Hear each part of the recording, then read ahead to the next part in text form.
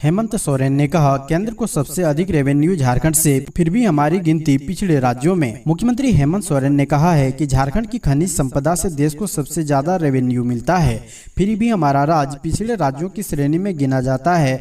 पर्याप्त खनिज संपदा होने के बावजूद राज्य में विस्थापन की स्थिति है। हमारी सरकार खनिज संपदाओं की अतिरिक्त कई ऐसे क्षेत्रों पर बेहतर कार्य योजना तैयार करते हुए रोजगार का साधन बढ़ाने का कार्य कर रही है। भविष्य में खनिज संपदाओं के अलावा भी अन्य रोजगार के क्षेत्र में राज्य की दिशा कैसी होनी चाहिए, इसका रोड मैप सरकार बना रही है। राज्य में टूरिज्म की संभावनाएं असीम है। आने वाले समय में राज्य सरकार टूरिज्म के सभी क्षेत्रों का विस्तार करते हुए इससे रोजगार सृजन का मुख्य साधन बनाने पर कार्य कर रही है। राज्य में होटल जैसे होटल बनाए जाएंगे।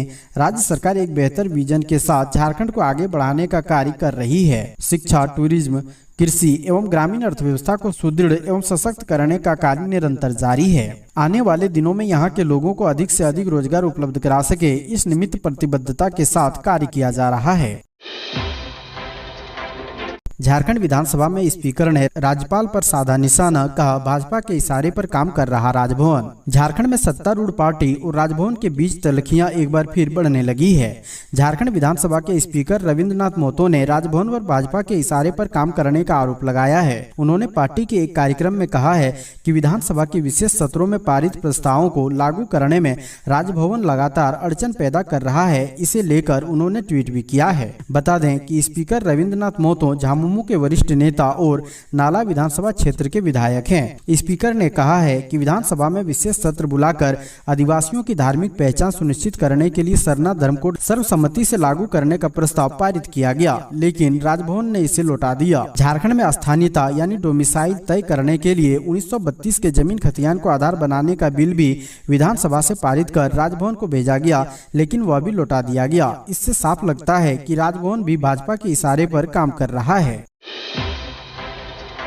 जयराम महतो विधानसभा चुनाव पर फोकस करे तो सफलता की उम्मीद ज्यादा होगी। झारखंड में फिलहाल खतियानी मूलवासी युवा दिलों की धड़कन और टाइगर के नाम से प्रसिद्ध जयराम महतो ने घोषणा की है कि वे अपनी नई नवेली पार्टी झारखंड भाषा खतियान संघर्ष समिति के बैनर तले 2024 का लोकसभा और विधानसभा दोनों चुनाव लड़ेंगे।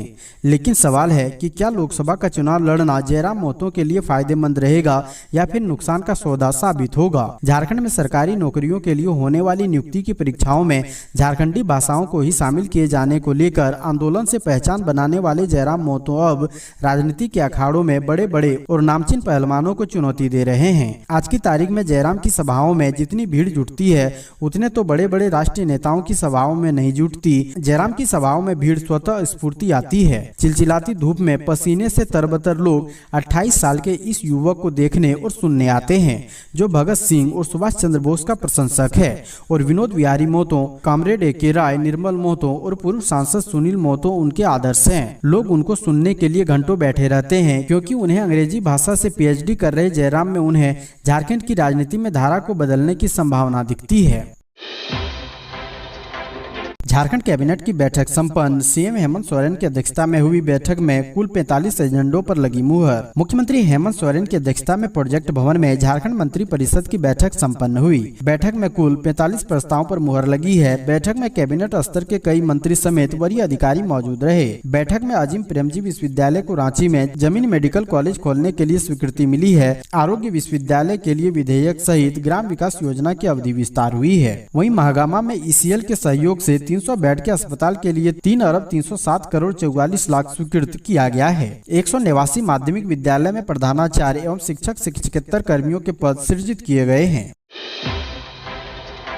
कल्याण विभाग ने कैबिनेट से पारित प्रस्ताव में बदलाव कर निकाला संकल्प। सीएम हेमंत सोरेन ने मांगी फाइल। एनजीओ द्वारा संचालित कल्याण विभाग के 30 आवासीय स्कूलों के साथ करारनामे, अवधि विस्तार और राशि भुगतान को लेकर कैबिनेट ने 27 फरवरी को जो फैसला किया था, कल्याण विभाग ने उसे बदल डाला है। 14 अप्रैल को जारी संकल्प में जो वाक्य जोड़े गए हैं, उनमें इन आवासीय स्कूलों को राशि भुगतान में कल्याण सचिव को शक्ति मिल गई है। पूर्व में आदिवासी कल्याण आयुक्त के पास यह शक्ति थी और कैबिनेट ने भी इस पर ही अपनी सहमति दी थी। जारी संकल्प के अनुसार गैर सरकारी संस्थानों को राशि भुगतान के पूर्व झारखंड आश्रम और एकलव्य विद्यालय एजुकेशन सोसाइटी की प्रबंधन समिति की बैठक कर निर्णय लिया जाएगा। उक्त निर्णय के आलोक में संबंधित संस्थाओं को राशि का भुगतान किया जाएगा।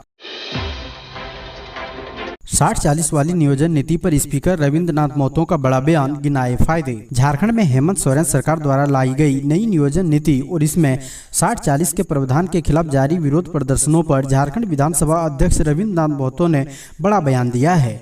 अपने विधानसभा क्षेत्र में आयोजित एक जनसभा को संबोधित करते हुए बीजेपी पर परोक्ष हमला बोलते हुए स्पीकर ने कहा है कि छात्रों को नई नियोजन नीति पर भ्रमित किया जा रहा है। छात्र नारा लगा रहे हैं कि 60-40 नए चल, तो छात्रों पर यह कहकर तंज किया जा रहा है कि क्या तुम्हें नौकरी मिली। स्पीकर ने कहा कि मैंने बहुत सारे बुद्धिजीवियों, नेताओं और कॉलेज के अध्यापकों से बातचीत की, लेकिन उनको भी नीति में वर्णित 60-40 की स्पष्ट जानकारी नहीं है। पूछने पर कहते हैं कि इसका मतलब हुआ 60 स्थानीय और 40 बाहरी, जबकि ऐसा नहीं है। स्पीकर रविंद्रनाथ महतो ने कहा कि नई नियोजन नीति में सरकारी नौकरियों के वर्णित 60 से तात्पर्य आरक्षण कोटि से है। इसमें 28% अनुसूचित जनजाति, 27% ओबीसी, 12% एससी और 10% स्वर्ण गरीब को मिला हुआ है। बाकी 40% ओपन फॉर ऑल है। उन्होंने कहा कि क्या बाकी का गैर आरक्षित 40% है, इसमें झारखंडी छात्र नहीं आएंगे। स्पीकर ने कहा कि यदि झारखंड सरकार थोड़ी पैनी निगाह रखे तो उन 40% में भी सारे झारखंडी छात्र ही आएंगे। उन्होंने कहा कि यदि प्रतियोगिता परीक्षा में संथाली भाषा जोड़ दिया जाए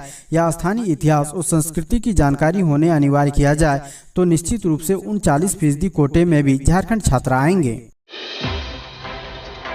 झारखंड ने सुखाड़ की भरपाई के लिए केंद्र से मांगे 9,600 करोड़। राज्यों के आपदा प्रबंधन मंत्रियों के साथ केंद्रीय स्वास्थ्य मंत्री ने की ऑनलाइन बैठक। झारखंड ने केंद्र सरकार से पूर्व में घोषित सुखाड़ के मद्देनजर क्षतिपूर्ति राशि मांगी है। यह मांग केंद्रीय स्वास्थ्य मंत्री डॉक्टर मनसुख मांडविया से की गई है। मांडविया ने हीट वेव को लेकर वीडियो कॉन्फ्रेंसिंग के जरिए राज्यों के आपदा प्रबंधन मंत्रियों के साथ बैठक की। झारखंड की ओर से स्वास्थ्य मंत्री बन्ना गुप्ता बैठक में शामिल हुए।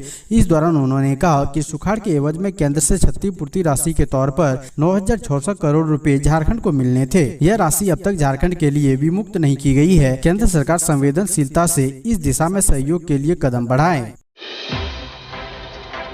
राज्यपाल सीपी राधाकृष्णन बोले, झारखंड को टॉप 3 विकसित राज्यों में लाना है लक्ष्य। अगले कुछ वर्षों में झारखंड को देश के टॉप 3 विकसित राज्यों में लाना ही मुख्य ध्येय है। विकास योजना नीचे तक पहुंचे। हर व्यक्ति के विकास से ही विकसित राज्य व राष्ट्र का निर्माण होता है। यह बातें राज्यपाल सीपी राधाकृष्णन ने धनबाद जिले के टुंडी प्रखंड के कमारडी पंचायत भवन में आयोजित संवाद कार्यक्रम में संबोधित करते हुए कही। उन्होंने कहा कि सरकार का फोकस शिक्षा पर है।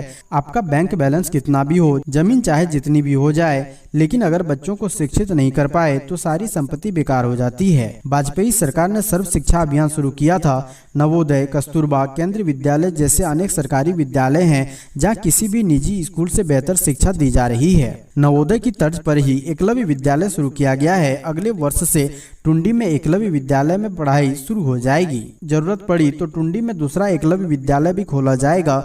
स्कूलों से ड्रॉप आउट रोकने के लिए सभी वर्ग के लोगों से सहयोग की अपील की। विधानसभा अध्यक्ष के बयान पर बिफरे बीजेपी पर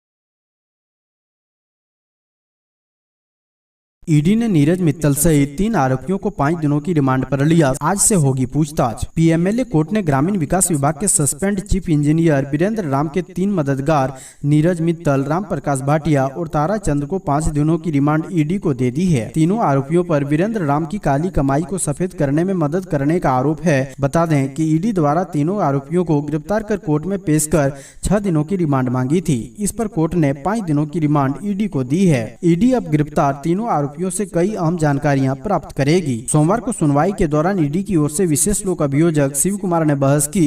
उन्होंने कोर्ट को बताया कि तीनों आरोपियों की मनी लॉन्ड्रिंग में महत्वपूर्ण भूमिका है, इसलिए उनसे पूछताछ जरूरी है।